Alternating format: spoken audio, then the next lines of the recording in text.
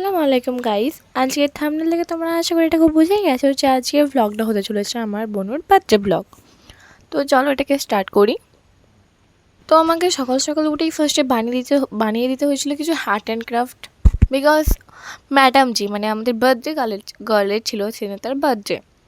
তো আমি এবং তার একটা ফ্রেন্ড এসেছিলো পুচকিপাড়া, সবাই মিলে একসাথে কিছু তার জন্য হ্যান্ডক্রাফট কিছু ক্রাফট বানিয়ে দিই যাতে স্কুলে নিয়ে যেতে পারে। সে নিজেও আমাকে একটু হেল্প করছিলো, তার মুখে হাসি দেখো জাস্ট।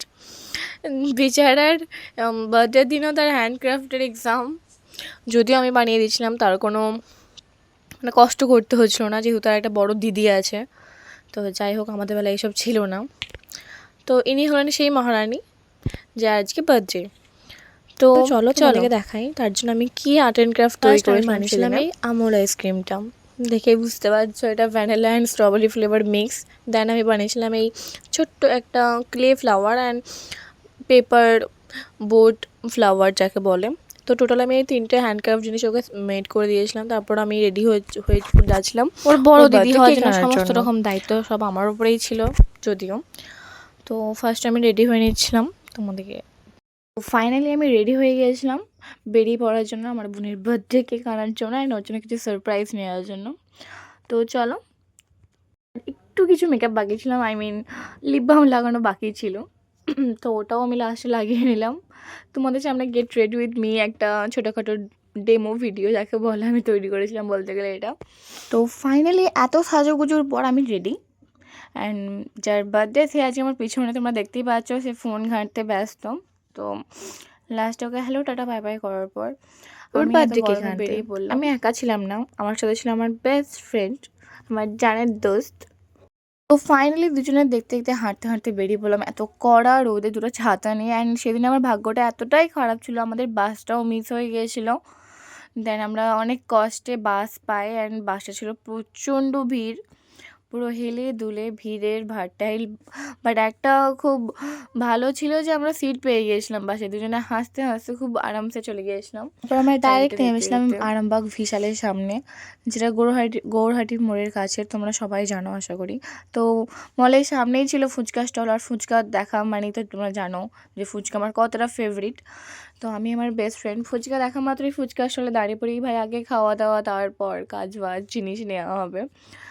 তো আমি আরও ওখানে ফুচকা টুচকা খেয়ে দুজনে তারপর বিশালে ঢুকে পড়েছিলাম ওখানে কালেকশানগুলো দেখতে, বা ওখান থেকে কী জিনিসপত্র নেওয়া যায়, কোনটা নিলে বেটার হয় বা কিছু।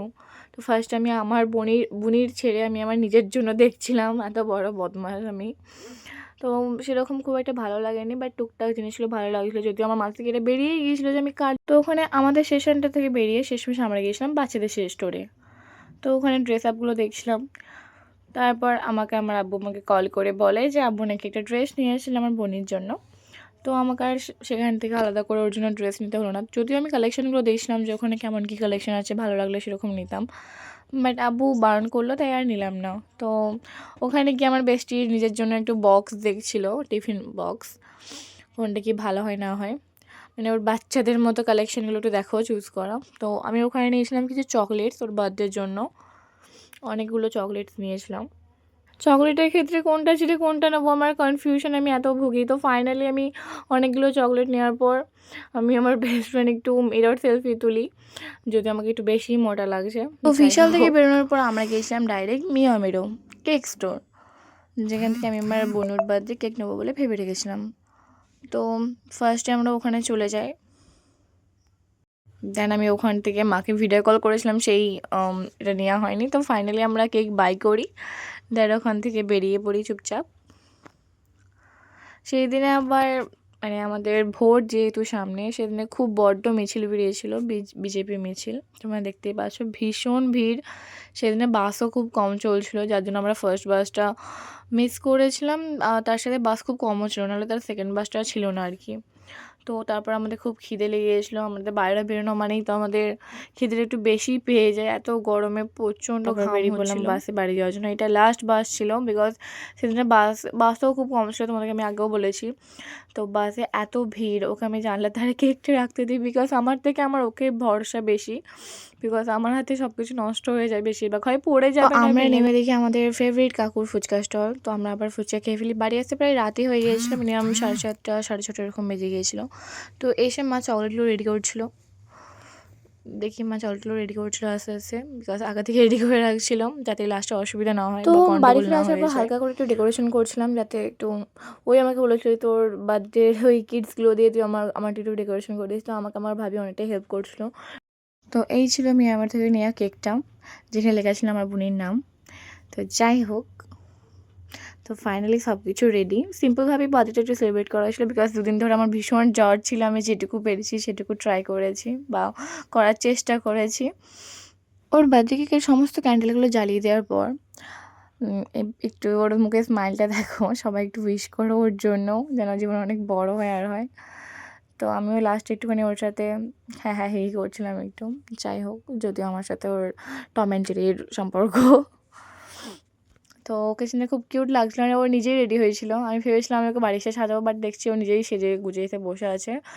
তো ওর বার্থডের সমস্ত ক্যান্ডেল নিভিয়ে দেওয়ার পর নিজেই কেক কাটতে স্টার্ট করলো।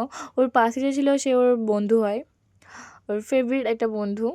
আর ওই পাশে খুদে কিউটিটা হচ্ছে আমাদের সবার প্রিয় আয়াত বুড়ি, যাকে আমি পুচকি বলি। ফাইনালি কেক কাটা ডান। দেন আস্তে আস্তে উঠে সবাইকে কেক খাইয়ে দিয়েছিলো। ফার্স্টে আব্বুকে খাওয়ালো, দেন মাকে, দেন বড়ানটিকে, দেন সবাইকে আস্তে আস্তে একটু একটু করে খাইয়ে দিল। দেন লাস্টে নিজেও অনেকটা খেয়েছে। আবার মাকে বলেছিল যে মা আমাকে ফ্রিজে কেকটা রেখে দিয়ে আমি 2 দিন ধরে খাবো। যাই হোক, আজকে ব্লগটা এইটুকুই। যাই হোক, ভিডিওটা ভালো লাগলে please like, comment and subscribe করতে ভুলবেন না। দেখা হচ্ছে নেক্সট ভিডিওয়ে। টাটা, আল্লাহ হাফিজ।